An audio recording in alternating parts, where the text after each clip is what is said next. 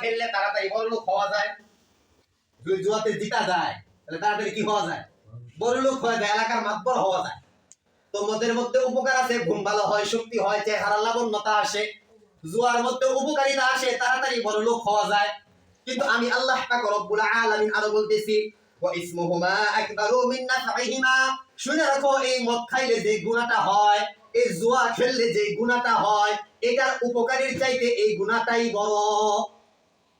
উপকার হয় তো বটে, কিন্তু উপকারের তুলনায় গুনাহ কি বড়, যা লাভ হয় তার চাইতে ক্ষতি বেশি। তারপরে আল্লাহ পাক রব্বুল আলামিন বলেন, ওটা অন্য বিষয়, আগে এই বিষয়টা শেষ। তাহলে আমরা এতটুকু বুঝতে পারলাম যে মদ খাওয়ার দ্বারা কিছু উপকার হয়, কিছু অপকারও। আমি প্রথমে বলছি এটা হচ্ছে মদ হারাম হওয়ার কত নাম্বার আয়াত? 1 নাম্বার আয়াত, প্রথম আয়াত।